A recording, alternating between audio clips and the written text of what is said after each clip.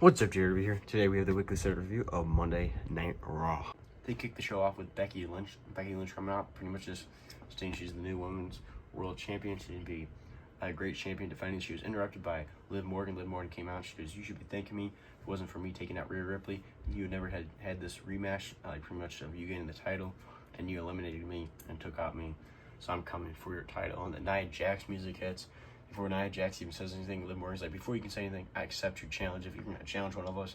So later on in the show, Liv Morgan and Nia Jax fought. But before all of this happened, the show kicked off with Logan Paul pulling up in this fancy car, and getting out of the back of it was IShowSpeed, same person that WrestleMania with, Logan Paul, and then Patrick Mahomes, because they're in Kansas City. The Kansas City Chiefs Super Bowl champion quarterback showed up with Logan Paul and the two of the Kansas City linemen. They're all walking together, and then Damian Priest talks to them, and all Judgment Day and all of them went in together to the arena. And then Logan Paul came out to the ring to announce a draft pick with IShowSpeed, and they announced the draft picks and everything, and they came out to the ring. Judgment Day with them now. Jey Uso comes out to interrupt them, and as they're all talking, I can't remember what happened exactly. They were all talking and arguing pretty much on the mic, because Jey Uso was talking about how he's going to beat Damian Priest at Backlash.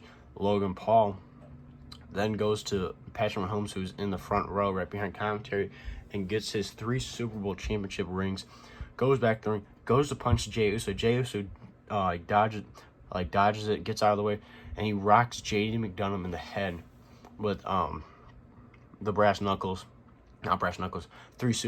three Super Bowl rings. Drops JD McDonough on Dominic Mysterio because he's injured. He's just staying watching this. Finn Balor is in shock. Logan Paul and Finn Balor checking down JD McDonough when Jey Uso is just standing behind him, like laughing. Walks up behind him. They go after him when Braun Strowman's music hits, because Braun Strowman was announced that he was drafted, and he returns from. He's been gone for a long time. Pretty much ever since after WrestleMania 39, because he had a neck injury, I think. Comes out the ring, biggest Braun Strowman's ever been. He looked absolutely enormous. Grabs Finn Balor, choke slams him. Logan Paul gets out of the ring. He runs out of the crowd. Front row, Braun Strowman goes after Patrick Mahomes, goes to hit him. When Jey Uso stops him, and they leave pretty much celebrating while Braun Strowman is celebrating his return. I'm pretty sure this happened before the Logan Paul stuff, but Gunther went one-on-one with Xavier Woods, because that was set up last week, because Xavier Woods was talking about he's the reigning defending King of the Ring champion. So Gunther said, "I'll go one-on-one with you." Gunther did with Louis Kaiser with him, the only person else in Imperium, and Kofi Kingston with Xavier Woods. Gunther had him in the leg lock when Xavier wasn't going to tap, but he was just torturing him. Kofi grabbed the towel from a referee, or like some assistant person by the camera, and threw the towel, but obviously it didn't count because the ref didn't count it. And then Xavier got out of it, and Gunther put him in another submission hold, and then Xavier tapped out, and Gunther picked up the victory. And when one of the draft picks happened, I think it was Teddy Long. No, not Teddy Long. I can't remember who had just drafted and stuff. I think it was the Dudley Boys. They announced some draft picks. Drew McIntyre came out, and yeah, because the Dudley Boys announced the Scottish Warrior. He came out. He's talking about how he has an injured elbow, but he's still wrestling through because he's not a little bitch like CM Punk. And then CM Punk's music hits, cult personality.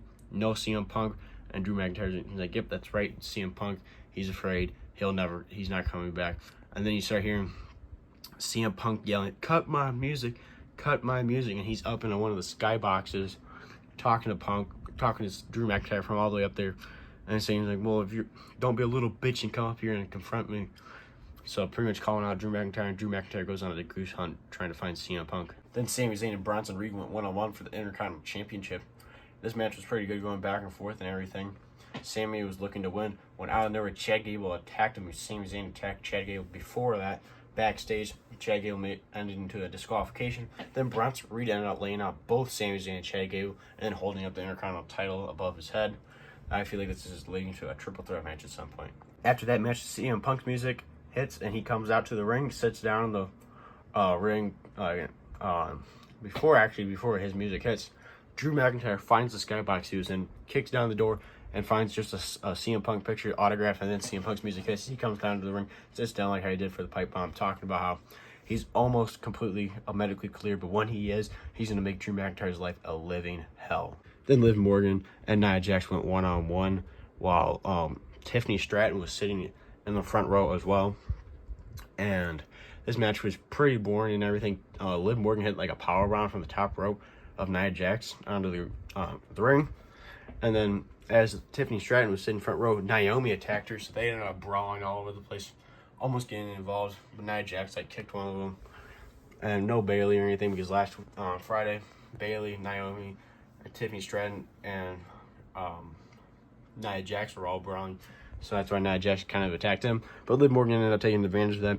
Hitting her finisher 1, 2, 3. Liv Morgan picks up the victory against Nia Jax.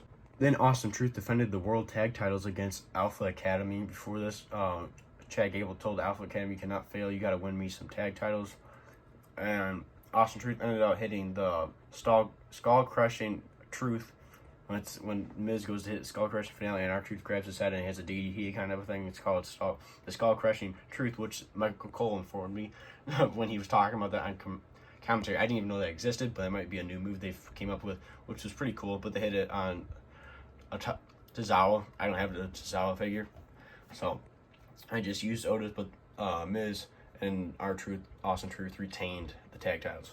And then the main event was Jey Uso, Andrade, Ricochet, Damian Priest, JD McDonough, and Finn Balor going on a 6-man tag match.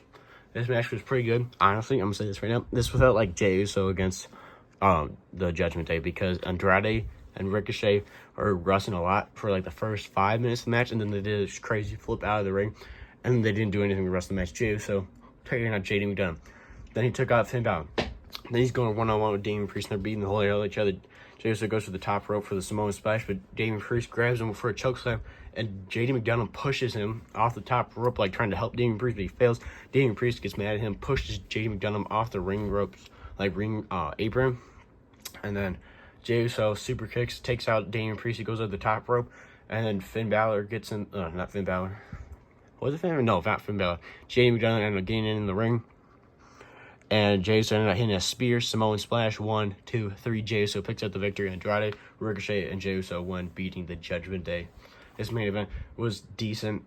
And then at the end, Damian Priest and Jey Uso kind of like stood tall, like standing face to face. Well, actually, no, take that back. Ricochet, Andrade, and Jey Uso just stood tall while staring at the Judgment Day like they're all pouting outside of the ring. I forgot. That was my bad. I'm not gonna really talk about the draft stuff because last week I did it and just was super long. I'm gonna quickly put in a picture of the new SmackDown roster and the new Monday Night Raw roster, so you guys can pause the video if you want to read the list. I'm gonna put it in right now.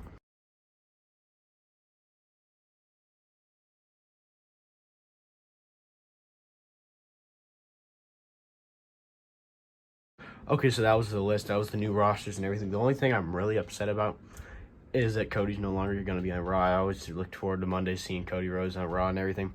So now he's going to be on SmackDown, which kind of sucks. But overall, the draft was pretty good. Looking forward to Uncle Howdy debuting because they keep on doing these teasing stuff with stuff of his. And I wonder maybe Braun Strowman might join. I'm not sure. Also, Braun Strowman returned with a mullet. He does no longer have a bald head, which was hysterical. It's a short mullet, but it's still a mullet. It was amazing. And that was really it. Monday Night Raw was okay. The draft was decent. Overall, the 2024 draft was really not that good because not much changed. Only some stuff changed. So overall, it was a decent draft. But this Monday Night Raw was okay. I'm going to give it a solid 3.5 out of 5. But overall, not too bad, Raw. This is JRW. Make sure to like, subscribe, and do more rest of the video content.